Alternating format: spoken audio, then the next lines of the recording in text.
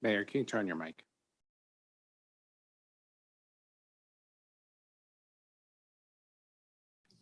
There we go. Okay.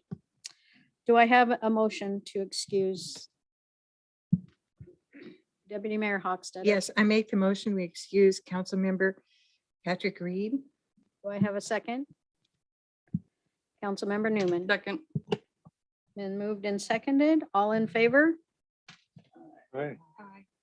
All right.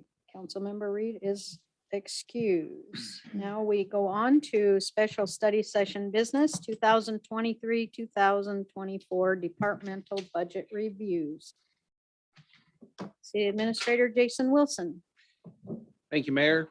We are nearing the end of our significant departments. In fact, tonight is the last night where you will have big budget presentations.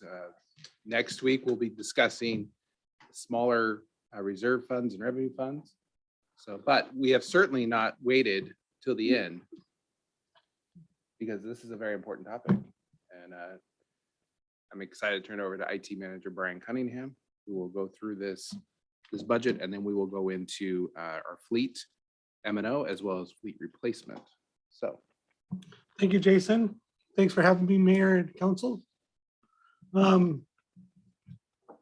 As I mentioned earlier, I'm going to be a little bit nervous because it's not very often that I do this in front of people. So we'll go ahead and start with the technology services budget.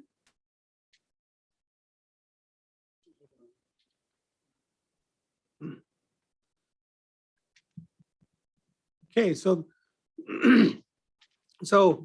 the technology services, they cater to the diverse technology needs of the city of Sumner employees and visitors, providing the technical support and resources and services to help staff work smarter, faster with greater efficiency. What we're doing in this coming biennium is rolling out Office 365 and getting that implemented, everybody. You've all had a little bit of the impact of that already with our dual MFA, multi-factor authentication. And that's part of the whole rollout. And we're going to continue working on that part.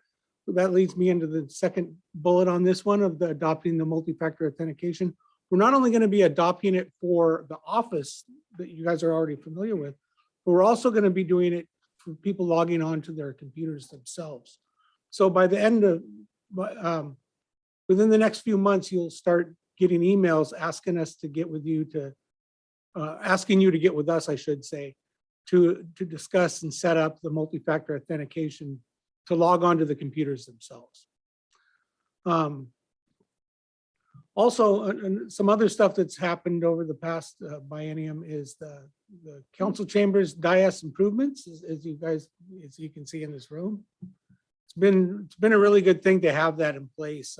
It's made collaboration a lot better with staff, you know, whether they're in person or whether they're working remotely.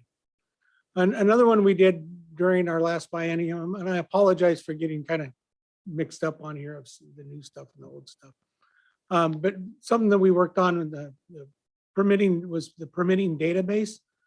We went from our old Eden system database and migrated over to InterGov, which is, it allows people to do their much more permitting tasks online. So it helps the citizens and it helps the staff collaborate on their permitting process. Okay, coming up, our goals for the 23-24, we're going to continue migrating departments to SharePoint.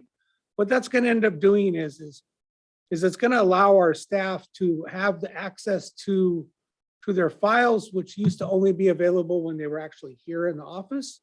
Now those files will be available anywhere that they have their laptop or also a smart device, whether it's an iPhone or Android phone. In other words, it's going to help them stay more in touch with their resources. Also, we're going to be replacing our main virtual server infrastructure. Our existing system is getting towards the end of life, and it's time that we replace that to keep up with technology. Plus, also, the departments are asking more and more of our server resources, and so we need to upgrade and get more mainstream technology that they have today. We also need to replace our switch infrastructure. And the switches would allow the Wi-Fi to talk to one another. Also allows computers to talk to one another, and it allows the servers to talk to the computers. The switch infrastructure that we have is at the end of its life, and the vendors are no longer going to be supporting it. So we need to replace that infrastructure. And what we're going to do is we're not only going to replace it, but we're going to get a faster infrastructure to allow us to satisfy our needs today and satisfy our needs well into the future, up to 10 years. The end of life of the switch infrastructure will last us approximately 10 years. We're also going to be configuring and implementing a new antivirus program. The advantage of the new antivirus program is excuse me, let me back up. The existing antivirus program doesn't have the ability to incorporate into our security operations center. So there's a disconnect between our antivirus and the people who monitor our security, or basically our cybersecurity. They can't see what's happening. When we switch over to the new antivirus program, they'll have the ability to see what's going on. So let's say if my computer or Jeff's computer gets a virus on it, they will have the ability to know that the virus is on it, where right now they don't have that visual. Next item is configure and implement new mobile device management solution. We currently use a product that's working well, but it doesn't tie in well with our Microsoft 365 suite. So we're migrating over to this new solution, which is going to migrate a lot better for that. Also, we're working extensively on employee development and training. That's always a major concern, and it's something that we always need to work on in the IT world, because we do have a lot of technology changes that we need to be abreast of and understand what's coming up and be able to convey that information to our end users. Long-term goals. The long-term goals, they're pretty, they come up time after time. And basically it's supporting the city goals and department objectives through automation. As automation becomes more and more available, we want to leverage that and continue to use it. Also, to seek new technologies and apply it where it's cost effective. We're always looking at what's out there right now. How's it going to work? What's the return on investment, and how we can apply that in our environment. We also, another really important one when it comes to security, cybersecurity, is provide confidentiality, integrity, and availability of the technology infrastructure. I know that sounds like a lot of big words, but basically that's known as is the CIA triad: confidentiality, integrity, and availability. That has to do specifically with cybersecurity, and it's the foundation of cybersecurity. The last one is to provide up-to-date hardware and software tools for staff. That's also an important one, is we do hardware refreshes on a regular basis, and we use modern software so we can not only use that for our people, but also our people can tie in with other agencies and work well with their software solutions too. Okay. For the council priorities, what we look at here is how we tie in with that is the effective transportation and leverage the technology to create efficiencies. That's having to do with, for instance, smart, what's the word I'm looking for, Jeff? Smart street? Intelligent traffic systems. Yeah, exactly. Thanks, guys. Appreciate it. Very important, and it's something that, you know, Sumner might be small, but as you know, we're starting to get more and more traffic, and we need to be able to mitigate traffic problems, and intelligent traffic that helps us do that. Public safety, emergency preparedness. We tie in with that one, specifically the rebuild of the EOC next door, and allowing our users to tie in with that a lot better. The last one, another public safety one, is the traffic engineering, education, and enforcement. That kind of goes back to the very first one of intelligent traffic systems. Do I seem nervous enough? Sure, yeah. Go ahead. Do we need the mics now still? Because of recording. What I was wondering is, I had no idea that your department had anything to do with, you're talking about synchronizing lights or getting the right kind, or just how our lights work in town, Yeah, well, or traffic lights? where I'm probably stepping out of bounds, and it's Mike Dahl's probably cringing behind me about this stuff. But we're looking at fiber infrastructure for the city, and having basically a plan on how we would implement fiber to allow us to control those traffic lights. So it's not something that's really on the roadmap yet, but it's something on our long-term plan that pretty much all cities will need to look into. Okay, so you're beginning the research so that you know where you're going with that? Yeah, and working with subject matter experts that are familiar with the fiber and getting that installed and helping us determine what paths do we want, like do we want it to go down Traffic Avenue, where we don't want it to go down a side street, where are we going to do this infrastructure at? And how will that impact not only our facilities, but also our intelligent traffic systems? Okay, great. Thank you, Brian. Just as a supplement to that, the council did authorize some ARPA funds to be used to do that broadband study, and now they're working on the actual policy of that. And, number of our departments have been working with a consultant to review that, and I'll be coming back to council early next year, which will include such things as a dig once policy and changes to our standard specifications to make sure that we have a plan going forward of how we're going to bring fiber into our city, because quite honestly, we are behind our neighbors at this point. So Any other questions at this point? We have Councilmember Brown. Yeah, I appreciate everything you're doing, even though I don't have a clue of what it is. And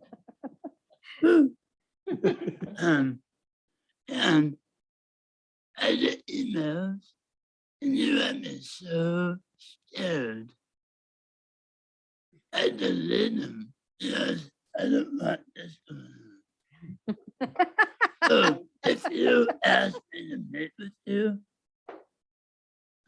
delete. That's Councilmember Brown, the majority of users and the majority of staff say the exact same thing. And actually it's working, and I appreciate that. That's actually one of my key performance indicators that I have up here. Cybersecurity training and testing, the top one up here. In other words, it's working the way we want it to work. We don't want people to be scared, but we want people to make intelligent decisions on what they're looking at, and that they get tested and can improve their skills on their cybersecurity, because it's not just IT that protect people from cybersecurity threats, but it's more so the end users. You've heard of the ransomware and stuff like that. It's getting out of hand. We have everything from ransomware to last year, right around the Super Bowl, there was a water system, a SCADA water system that got compromised, where they started ramping up some of the chemicals that they put in the water because somebody managed to get onto their system, to the pipeline back east that got hacked into and was out of commission, I should say, for 6 days. So it's all over the place, and there's the nation states that are causing everybody grief, and there's actually actors out there that make their money off of, they sit at a desk each day and they try to compromise people's systems to make money off of it. So thank you, Council Member Brown. Okay, so the key performance indicators is the security training and testing. That's going to be an easy one for us to do, because we can clearly see how many people are falling for the phishing emails. The nice thing about it, we have significantly improved since we started doing it a number of years ago, and we continue to improve. So thank you, everybody, for being part of that. Also, another key performance indicator is we're going to be starting to track the number of help desk tickets fulfilled throughout the year. Currently, we do a couple thousand a year. So, and we expect that to continue at the same rate in the future. And then it's also, we're going to be tracking the average time it takes to fulfill the help desk request. We have that information, but we haven't been paying much attention to it, and we're going to start paying a little bit better attention to that stuff. I think 500 of them were mine, so I'm just saying. Thank you. Not that many. Mm. Yes, Councilmember Potato? So haven't you increased your staffing levels? We increased the staffing level. Literally, it was Rod Hunt came on board, our IT technician came on board the day before the pandemic Oh, started. So that was 2 years ago. So, and that worked out well for us. And also more recently, our sysadmin left and we got a new sysadmin on board. And I'm very happy with this guy's bringing all kinds of great ideas and new information that we've never looked at before. He's coming into it with a background in not only computers and servers, but also networking. And he's sharp as a whip. He's a great asset, and I'm really happy to have him on board. that's good to hear. Thank you. Anything else? Oh, Councilmember Cole.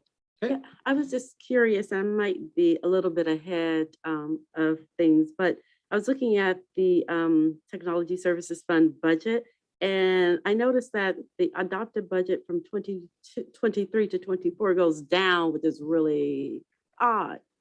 Just not odd, but just unusual. And I see there in two line items, the sewer fund and the cemetery fund. And so why is that?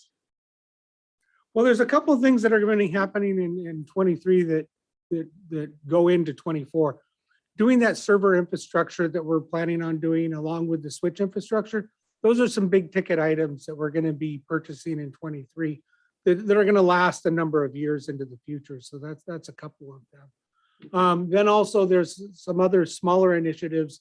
The cemetery is going to be switching over to a software as a service. Right now, the cemetery database is actually a software package that's hosted on their computer at the cemetery. We're moving that over to software as a service, which means it's going to bring it to the cloud to allow the staff there the ability to access it from multiple computers rather than just one computer. And also they're going to be tying in the GIS data, the mapping data with it, which is kind of a brand new thing that they've never done before. Another item that we're doing is the street trees. I don't know if you guys know this, but all the trees that are in the parking strips are inventoried by our parks department. And that's also on a database, and that's a database that's on a tablet. We're moving that over to the cloud also. It's a better place to store the information, and it's easier access for everything. So that's the major contributors of that. Okay, that's interesting, but I also really find the just the accounting of the street trees really interesting, and that's not available to the public, is it? I'm not sure. I don't believe it is. No, okay. Okay, all right, thank you. Anything We else? have Deputy Mayor Hochstetter. Yeah, so on the mapping for the cemetery, are you talking about that they'll know if you want to know where Joe Blow's buried, they'll have an ability to be able to tell people exactly quickly? Correct. The plots will be accessible, and from what the vendor is telling us, we can print out maps and show people, here, this is exactly where this person is. They're over by the back side, or they're on the north side or east side, or Okay, because now they just do it manually, I think, don't they kind of, correct. they Yeah. look through the things, okay. Because that sounds like that would be a very nice service for our customers, because a lot of people come thinking they know where their grave is they want to visit and get there and they're totally confused, so. I know how that is. I've been to a cemetery before and looking for somebody. They're right. Where are they? Before Brian moves on, I just wanted to point out a couple things. If you're looking at the year-over-year expenditures and revenues, I just want to remind council, there was some significant changes to how this fund was accounting for purchases back in the last biennium. what we did is we took all of the IT expenditures that were sprinkled out through all the other budgets and we centralized them into IT. So that's why you saw a fairly rapid growth in expenditures in 19 through 21. It's because we were catching all those and getting them into this fund to then be reallocated out. So Councilmember Cole, to your question, for expenditures for this current biennium that we're in, it's 2.6 million and the proposed budget is 3.2 million in expenditures. So continuing to go up with some of these significant projects that Brian's going to cover here on the next couple slides. Yep. Okay. Over the next biennium, the computers, the amount we're going to be spending on computers is $138,000. Our computers are on a 4-year refresh. So every 4 years we replace the computers because if we wait longer than that, they become really slow and people get really frustrated with them and impatient. So we have a standard 4-year refresh program. It also lets us forecast well into the future of how much we're going to need to spend. Software, we're seeing a significant increase in software also. And that's because we moved over from the Office 365 suite to a Microsoft 365 suite. That's going to allow us to utilize Teams a lot more. And that's kind of really changing the way we do business.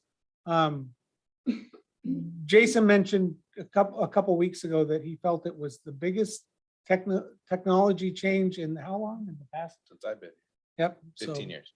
Yep. So with that is also the increased cost of doing that.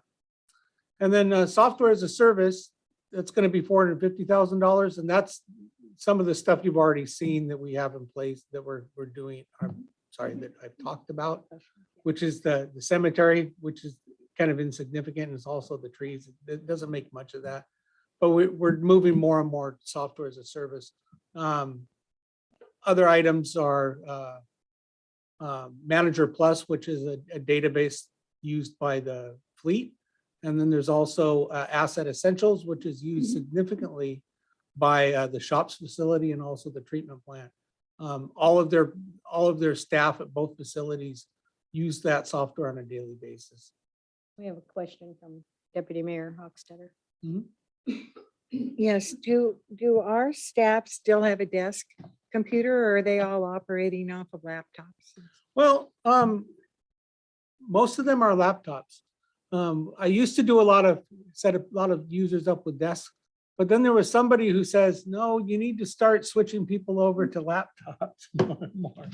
And so I followed his advice, Jason's advice, and I moved everybody over, or the majority of users over to laptops. It's given them greater flexibility. The only time where we do desktop computers would be like the front counter computers in finance need to be desk. The council shared computer would be a desk computer. Anything that's shared by users, we still use desk computers. But if it's a single user computer, we typically use a laptop for that. Okay, and then I was wondering on this software as a server, are you paying a fee to use something? Are you buying something? I don't know how that works. Software as a service is actually moving stuff over into the cloud for the most part. What it is that let me back up a little bit. Software used to be a thing that you would put on a computer. You would take your Office program, you would take your Word, Excel, and you would install it on a computer itself. Well, software manufacturers realize that not everybody wants to do it on a computer. What if we allowed people to do that on a web browser and moved all that computing onto the cloud instead? So in other words, rather than putting the software on the computer, you open up a web browser, but you do the same tasks that you were planning on doing on a computer on a web browser itself. So we're paying to use that? Yes. And is this a yearly figure or a one-time figure? This is a $450,000 is for the biennium. So you can kind of cut that in half for the. Brian, if you go forward 2 slides, it really breaks out what a lot of these software as a service Oh, are. they're there. Okay. So like NeoGov is a perfect example. We use that for our recruitment. We also use that for our performance management as well as learning management system for all of our staff. That is a software as a service that all of the data is stored on that site and then we access it. And that's, once again, that's 60,000 is the biennium number, so 30,000 a year for NeoGov.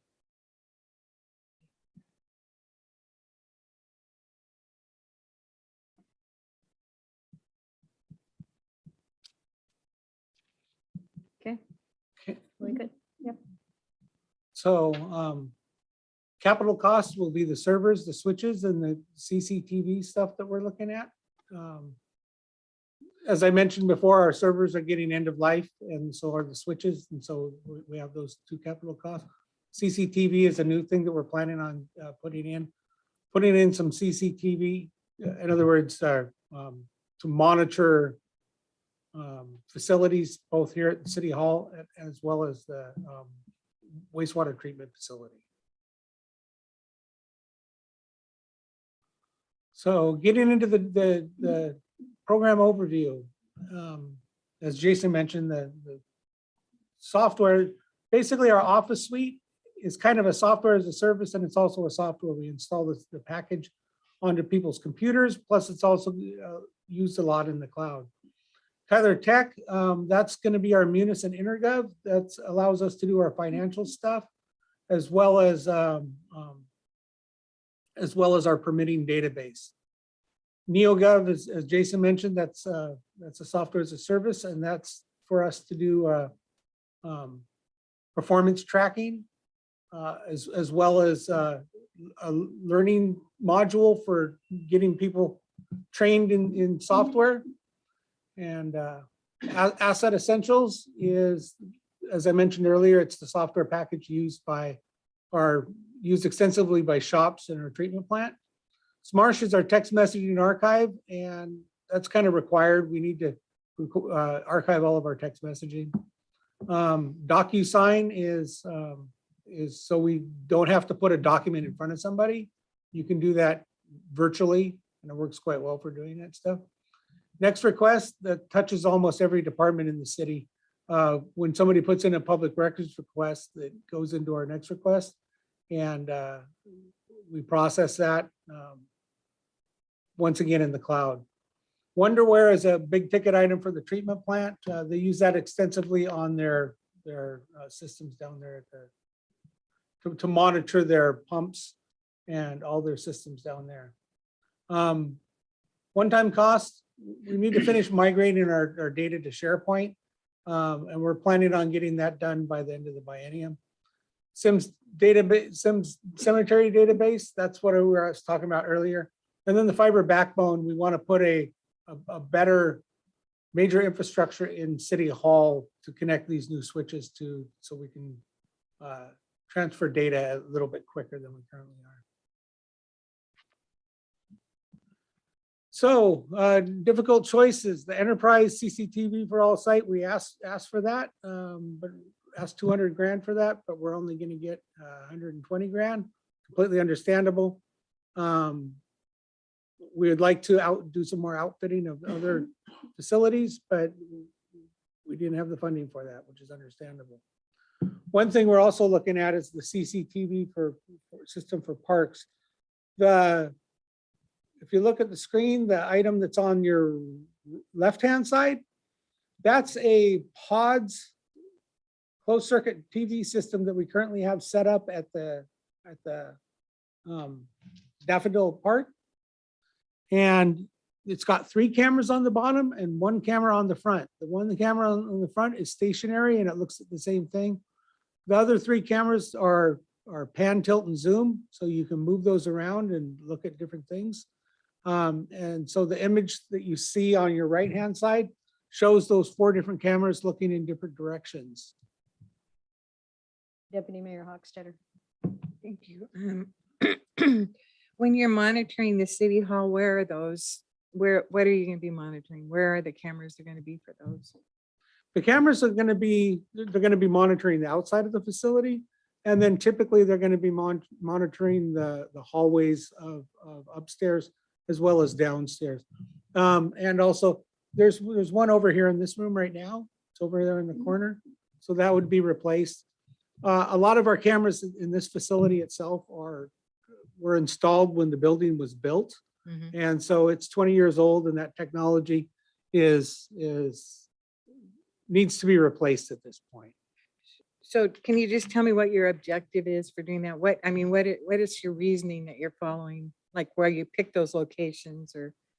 Well, I work with the department directors and management to determine where we want to have those cameras and what items we want to monitor, whether it's, like here, it's a security thing because we want to be able to see what's going on in this room and make sure everybody's safe. Also in front of the safe that's in finance, we need to have a camera. We're actually obligated to have that camera there. There's also a camera at the front door of City Hall. There's one inside the police department lobby. And there's also one upstairs in the lobby upstairs. So it's just basic monitoring of the facility in the major thoroughfares. Okay, great. Thank you. Councilmember Cole.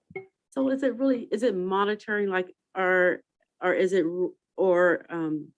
is it really just taking video where if needed, someone looks at it? Exactly. We are not watching our employees all day long on video. I assure you of that. Okay, that's curious. Thank We you. all have better things to do. Any other questions? Go ahead. Before we move on to fleet, I just want to make sure the council understands that the parks CCTV system is on the short list for other consideration. We do have one unit right now that we've been beta testing, and that's what Brian showed you on the screen there.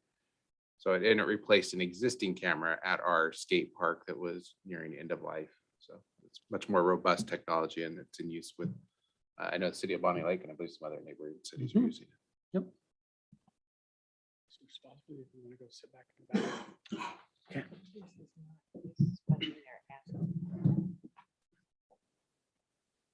just want to sit next to Jason. No, Jason wants to sit next to me. Just all perspective. We have one Jason, question. I just want to make sure I understood what you said. This $100,000 isn't for the camera they're already using. This is for us to consider if we want to do more of this type of Yeah, thing. so we currently have one camera that's at the sports complex that we're doing on a trial, kind of a beta test to see that it works, get the image quality.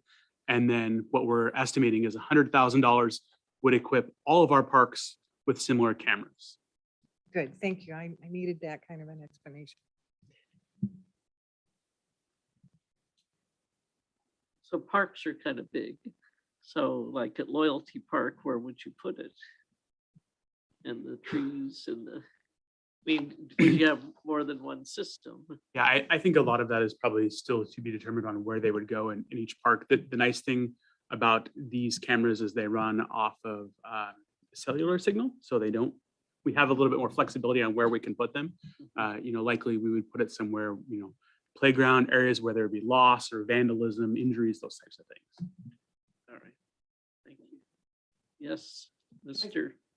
Can I speak to that for just a second? I went with Derek Berry, who oversees the parks and facilities. Right. We went to each site to determine a good place to locate one of these. Loyalty Park has what's known as a Cobra light. In other words, it's a telephone pole in the middle of the park with one light on it. That would be an optimum place to put something like that. We also work with Dan Gates, and he said he could trim up some of the trees so we could put one of these devices there at Loyalty Park and basically have 360-degree view of everything that's in that park, except for the long part that's off to the east side. Yeah, Yeah, exactly. all right, good. So one camera would cover pretty much the whole thing. Yes. Yeah, the Yep. main part. Yep. Okay, thank you. Thank you. Councilmember Newman. If we were ended up going the park route, well, and the same question actually for the ones that are currently in the budget, how long do you keep the recordings? So it kind of matters what you record. Because like, for example, the holding cell cameras in the police department have a different retention if there's a suspect in them than a general park. It's 60 days, if I remember it. 60 to 90. I can't remember. It's one of the two. Brian, do you recall? I believe it's 90 days for the recordings over in the police department. Also, this device itself typically will hold about 30 days worth of recordings before basically what's known as it eats its tail. It's a very technical term, but I like it. All I figure I right. shouldn't leave for just a second. Ryan made it funny. Really the purpose of the ones in the parks, I think you all know we've experienced a fair amount of vandalism in our parks. And, you know, not that a CCTV system is going to completely absolve us of that, but it may be a bit of a deterrent, and it may give us at least some evidence to go after whoever's doing the vandalism. All right. Let me know if you need help. Who knows at this point? Okay, on to the fleet operations budget. So the department highlights fleet operations are responsible for maintaining the vehicles and equipment for the city. So this is everything from chainsaws and string trimmers all the way up to $800,000 vac trucks, the police cars. They fix it all. It serves other departments, especially police and public works, who are very important, so they can serve the public during critical times. It's funded through annual user fee assessments. So all the departments are charged a fee that pay into this fund to help operate it. And one of the things that the fleet did was they participated in the design of the operations facility. So obviously with a new operations facility, it's very important to have the fleet design really nailed down the way they wanted as far as vehicle lifts, various equipment and those sorts of needs. 23-24 goals. So work in coordination with the finance department, risk management, which is Michelle and I, and the city's equipment to coordinate the city's equipment inventory. So we need to make sure that the equipment that we actually have is insured and it's accounted for Cassandra and the state auditor. So those are lots of lists to help coordinate. They're going to work at establishing an outdoor power equipment replacement program, which I will speak about later. Working on updating the city's fuel card program to a new provider. The city uses a fuel card program through a state contract, and the state contract is now on a new vendor, so we have to switch to the new vendor. And then the mechanics in the fleet department work with Public Works to help spec out all of Public Works' various equipment purchases. Well, they might not necessarily fall in this budget, they're in the utility budget. The mechanics help with those purchasing decisions. So long-term goals, stay abreast of changing technology and alternative fuel vehicles. So there is a lot of updated technology that's happening in the fleet world right now. And then work to help build the operations facility, or build the operations facility. They're not actually going to physically do it. Council priorities. So obviously without fleet, you can't have responsive policing. You need the fleet department to keep the police cars on the road. Emergency preparedness. The fleet department is also in charge of the city's generators. So they regularly test and fuel and run the city's generators for emergency preparedness, amongst all other things that the fleet department fixes. Long-term financial stability, doing this in-house and having just 2 mechanics that can handle this wide range of equipment is really a money savings to the city, and it's very efficient. And then being transparency in our policy and actions. Key performance indicators for the fleet operations department would be to track the number of repairs needed to be made, and then kind of the number of routine maintenance work performed. So as far as equipment capital costs, just one small ask, and this is a small tool replacement program at $10,000 a year. What the mechanics would like to do is start replacing some of these smaller power tools on a regular cycle. So perhaps 23 might be the year that we're going to buy new chainsaws, new backpack blowers, and new string trimmers. So that way we can get all the same model. They have all the same replacement parts, all the same fuel filters, and we're just going to cycle through them that way. They've been having difficulty recently with the pandemic where something would break or something would be completely destroyed and we couldn't go buy a new one. or we would use something till it was, totally busted, and we would have one that was new that used different parts than all the other ones. So they thought that this was the best way to kind of handle this, is kind of do this on a rotating replacement program. So there's several big charges in the fleet operations fund. The first is fuel. The fleet fund pays for the fuel for the entire city. So all gas purchases, all diesel purchases, through everything in the city run through the fleet department. At an estimate of $320,000 for a 2-year budget is actually very, very conservative.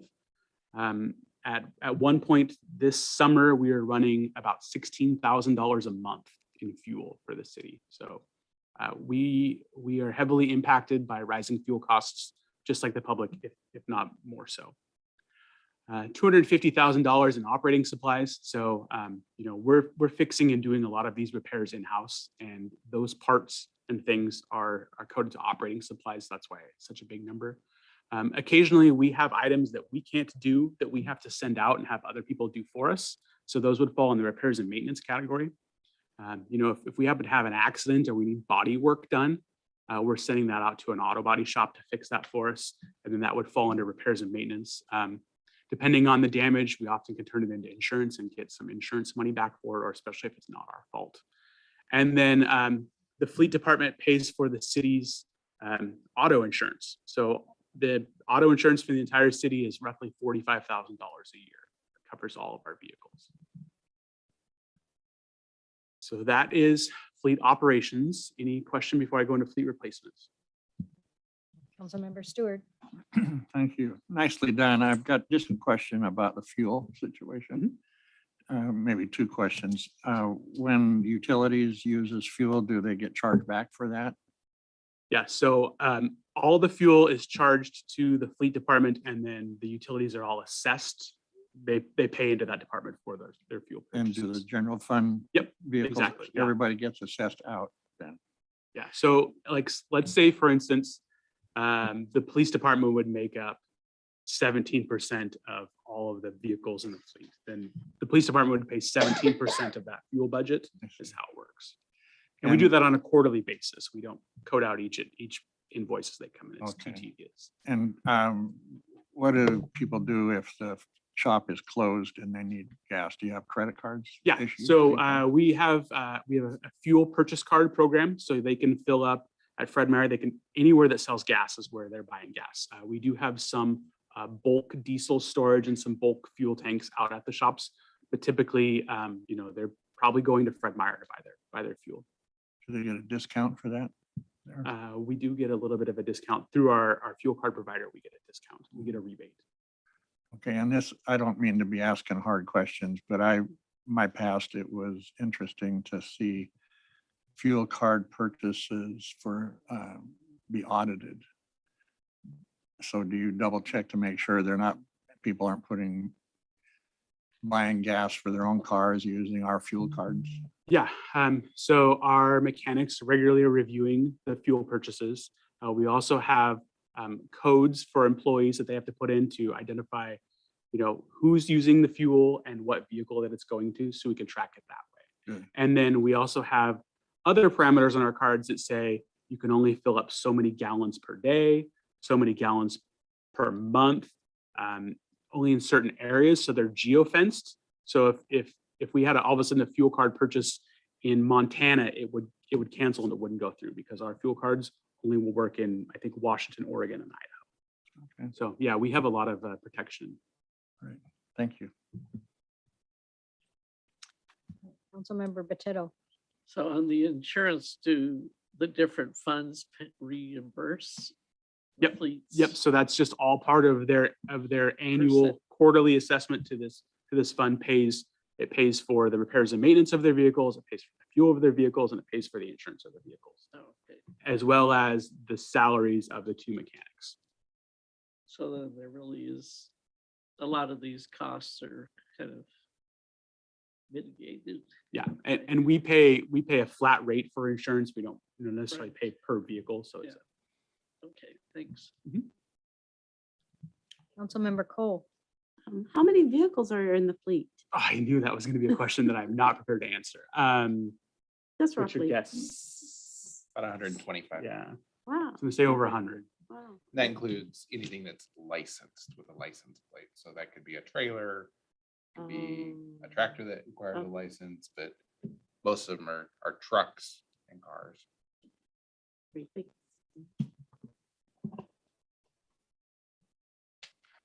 Okay, on to the replacement fund. So participating departments pay into this fund to create the financial reserves for their vehicle replacements. Everyone in Sumner benefits from the use of these vehicles, from street sweepers to police cars. In 21-22, some of our replacements included a new jail transport van, the city's first hybrid police vehicle, a bucket truck, a sewer vac truck, and new vehicles at the cemetery and at the shops.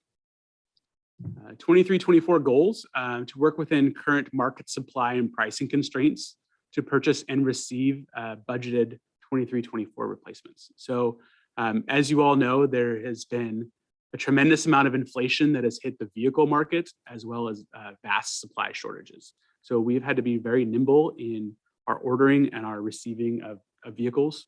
We have vehicles that we ordered over a year ago that are not going to be in until 23 or 24. I mean, some of them have that long of lead time.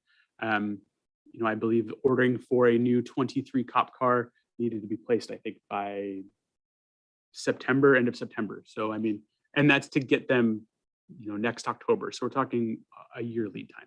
So we had to be flexible and kind of figure this out as we go. And then the other goal is, like I said, is to receive and upfit all the outstanding vehicles that were purchased in the previous budget. So our two mechanics will be working on all of these new items, as well as still receiving all the stuff that they've ordered this year and even the prior year as they come in. So we are likely to come back in 23 with some budget adjustments. So we'll actually be accounting for the paying of those vehicles that were ordered this year that we have yet to pay for because they're not here yet. Long-term goals. So they're going to be looking at exploring the practicality of expanding the replacement fund to include equipment and some large vehicles. And I have a list that I will hand out shortly of kind of what would be included there. They're going to monitor the inflationary price increases. So, you know, we set our vehicle reserves thinking that vehicle inflation was going to be 2 to 3% a year. And, you know, we're seeing 10 to 15%. CPI has been roughly 9 and vehicle CPI has probably been closer to 15 to 20. And then also working on, you know, the inevitable phase out of internal combustion engine vehicles. So looking at more, you know, EVs when practical. They're not always available for some of our larger pieces of equipment. So that's something we'll be dealing with. Council priorities. So it's focusing on long-term financial stability by setting a little bit of money aside every year. So that way it's there to buy these vehicles when we need them. And then being transparent in our policy and actions. Key performance indicators will be the percentage of these replacements that are actually purchased and delivered. So our goal is to not only buy them, but to actually receive them in the next 2 years, which is kind of a weird thing to have to say. So real quickly, this is kind of an added slide, and I think Jason will hand out my list here. So the participants of the Equipment Reserve Fund are going to be licensed vehicles. So not equipment, your backhoes, those things are not included in this fund. It's just vehicles that are licensed. And typically what's included are vehicles that have a useful life of less than 15 years. Anything that we keep or we use that's longer than 15 years, we have a really hard time of guessing when we'll actually replace it, you know, what it will cost 20 or 30 years from now, and whether we'll need a like for like item. So that makes it difficult. Reserves are tied to a specific vehicle, not a general pool of money. So if we have a specific vehicle there, we know what the reserves are and what we anticipate that will cost when it's time to buy it. If we go to buy that vehicle and that cost comes in more than what we anticipated, then the contributing department has to make up the shortfall. Or if they decide, you know, I didn't want this model of truck, I want a bigger model of truck and it's going to cost more, then they have to make up for that difference. So what Jason has passed out, maybe I could steal this, thank you. So this is a list of our equipment that's not included in this fund. Councilmember Newman, you had asked for this. And really what we're looking at here is we're looking at things that are, from kind of like from a riding lawnmower up in cost. So, we have lots of small things that aren't included on this list. These are kind of your bigger ticket equipment items. And then really those 4 vehicles that are on here are vehicles that have really long useful lives, and they're not included in the model either. If any one of those 4 need to be replaced, we replace it kind of on an as needed basis. As you can see, the 2 items in blue are items that were requested and are currently funded in the budget. And the 2 items in green are items that were requested but did not make Jason and the mayor's funding.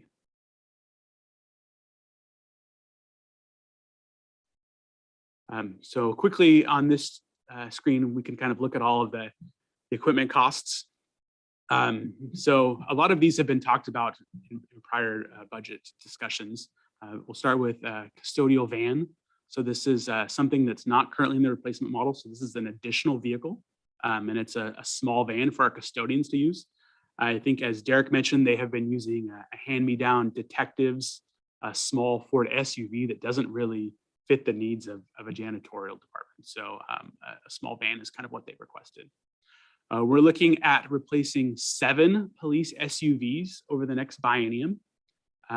All of these vehicles at roughly $80,000 a piece will be Ford hybrid patrol SUVs. We have a shops truck with a mini plow at $75,000. This is a vehicle that normally would have been included in the model, but somehow it was left off of our inventory list. So we realized, hey, we still have this old vehicle sitting out here and we're not collecting reserves for it. And now it's time to replace it. So we need to pay for that kind of all at once, and water, sewer, streets, and storm will be covering that cost. We have a plow standard dump truck at $310,000. Mike and Michael mentioned this in their utility discussion, and this is the blue vehicle on here that we're replacing a 1992 dump truck. So the old one we've had for 30 years, and now it's time to let it go and get a new one. Can we stop for a question really quick? Yeah. Councilmember Newman. Thank you. I have 2 sort of related questions. The first one is about the police SUVs. Are those replacing vehicles that we have? And if so, does that mean then those vehicles get sold, or Yes. are they Yeah, I'm sorry. repurposed? Yes, so those are replacing existing vehicles. And the used ones that we have will get surplused and sold. And then, whatever we would get for those used ones, whether it be $5,000 or $10,000, that money would then go back into the general fund because they're the purchaser of the vehicles. Okay. And we don't really ever account for what we're going to get on the surplus market when we make our purchases. It's Okay. difficult to tell. The timing never seems to work right. So basically, the general fund has made the contributions to buy those. When we sell the old ones, the general fund would just get that money back. Okay, thank you. And then not included in the fleet replacement model, the list that you provided to us here in email, the 2 requested but unfunded items, the Kubota tractor and the Vermeer chipper. How often do each one of those get used? Like, what are their sort of roles in keeping, like, in city function? Mike, do you want to speak to that?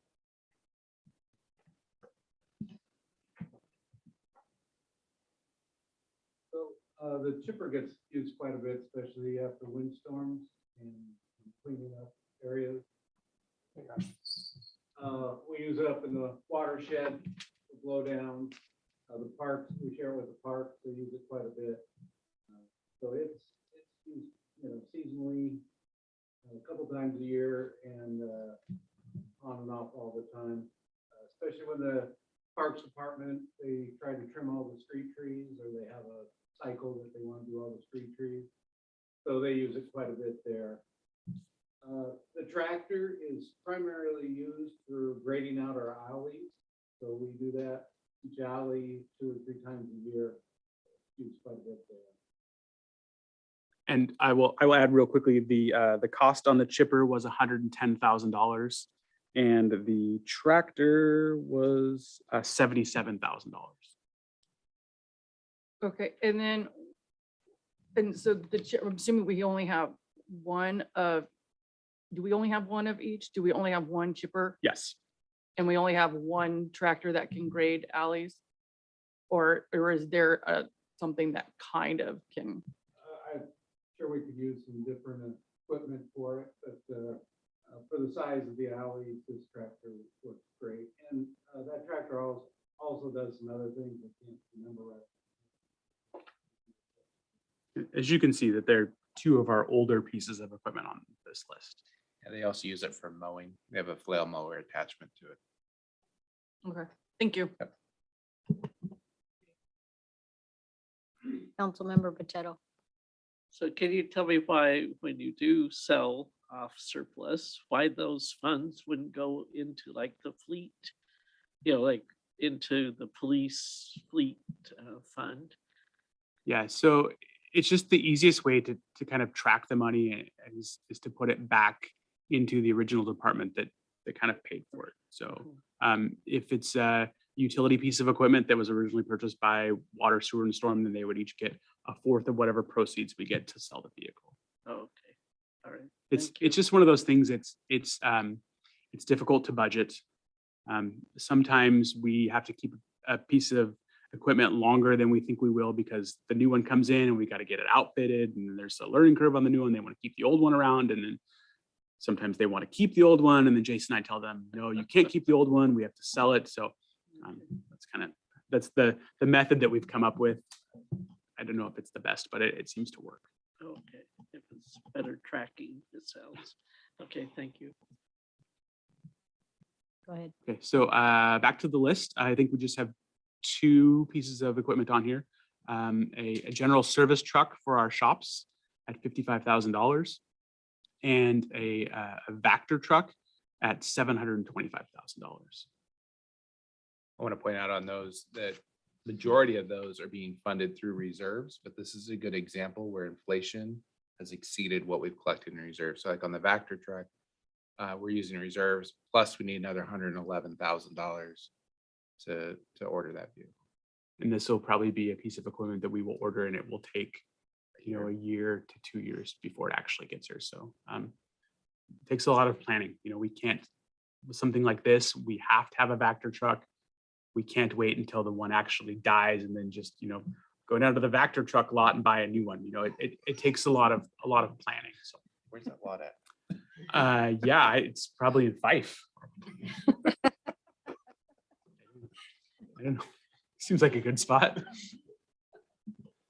Okay, so with that, there were a lot of difficult choices and a lot of pieces of equipment that were asked for, but ultimately not funded. I'll kind of run through these quickly. A Ford F-150, this would be a bigger truck specifically for doing signs.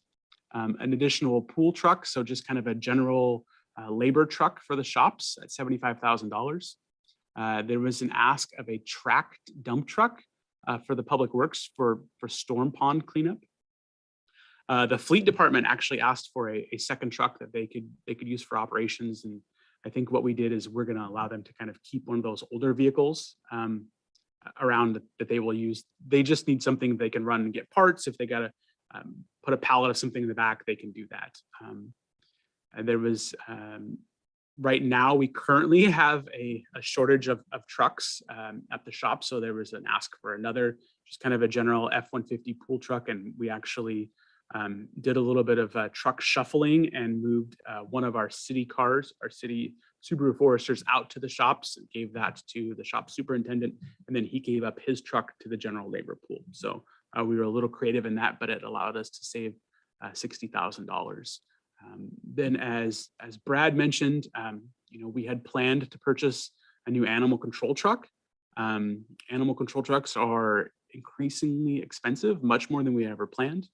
We had originally planned on taking the service bodies off the back of those trucks and reusing them. We're finding that that's not happening because the service bodies are rusted and they're just not available to be transferred. We were hoping that they were going to outlast the truck, and they're not. So with that, a full replacement of an animal control truck is roughly $130,000. So we have increased contributions to that. So we have some money set aside when we do need to make that purchase, and we're just kind of limp along with what we have for the next biennium. All right, so that is what I have on fleet replacements.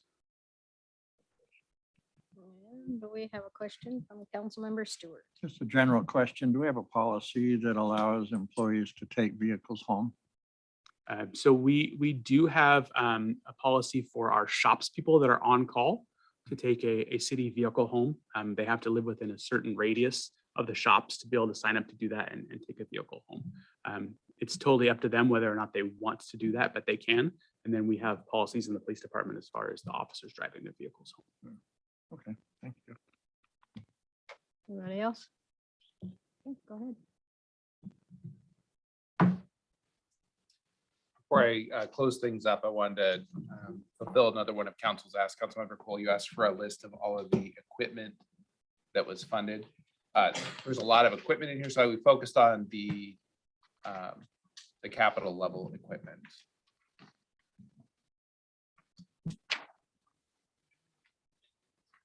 And I also just want to point out, as Jeff hands us out, across the top is what funds are paying for a portion of that.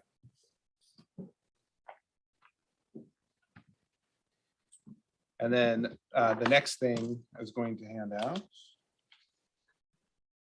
I must have fallen asleep. What is this list? This is the, Wow. Did that hurt your feelings, no, Jason? you know, it's Jeff. Give you another piece of paper. And then Wake up. now you can focus on Jason. Okay, so the first list is the capital equipment that is currently funded in the budget. This was a request by Councilmember Cole. Funded in the budget.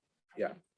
The second list is a consolidated, not everything that the executive branch cut, but nearly everything that the executive branch cut. And then the green items on this list are the ones that you will see next week for further consideration. You've seen them throughout the budget as the other considerations in your presentation. So focus on the green ones here, but I knew that that would only lead to, well, what else did you show us that wasn't on that green list? So that's what this other list is. So coming up next week, we'll be going over our reserve funds. Sorry.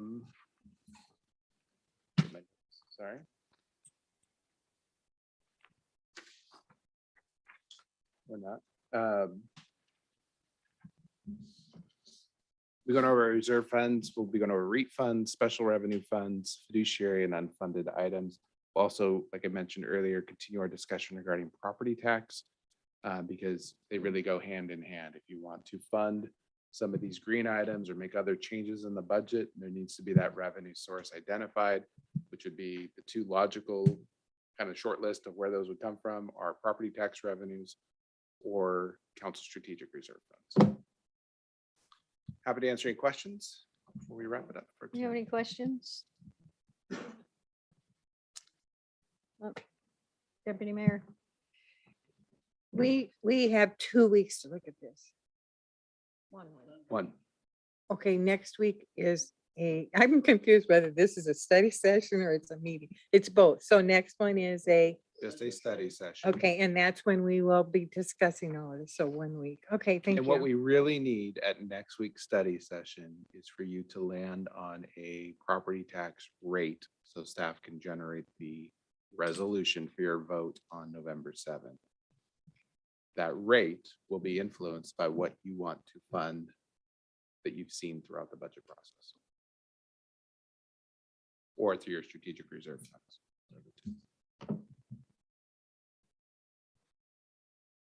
Okay. Do we have any more questions? Are we done? All right, I think we're good. Thank you, Mayor. Meeting adjourned at 8:29.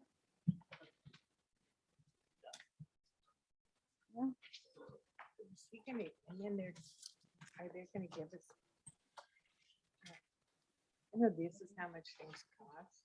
But do we know how?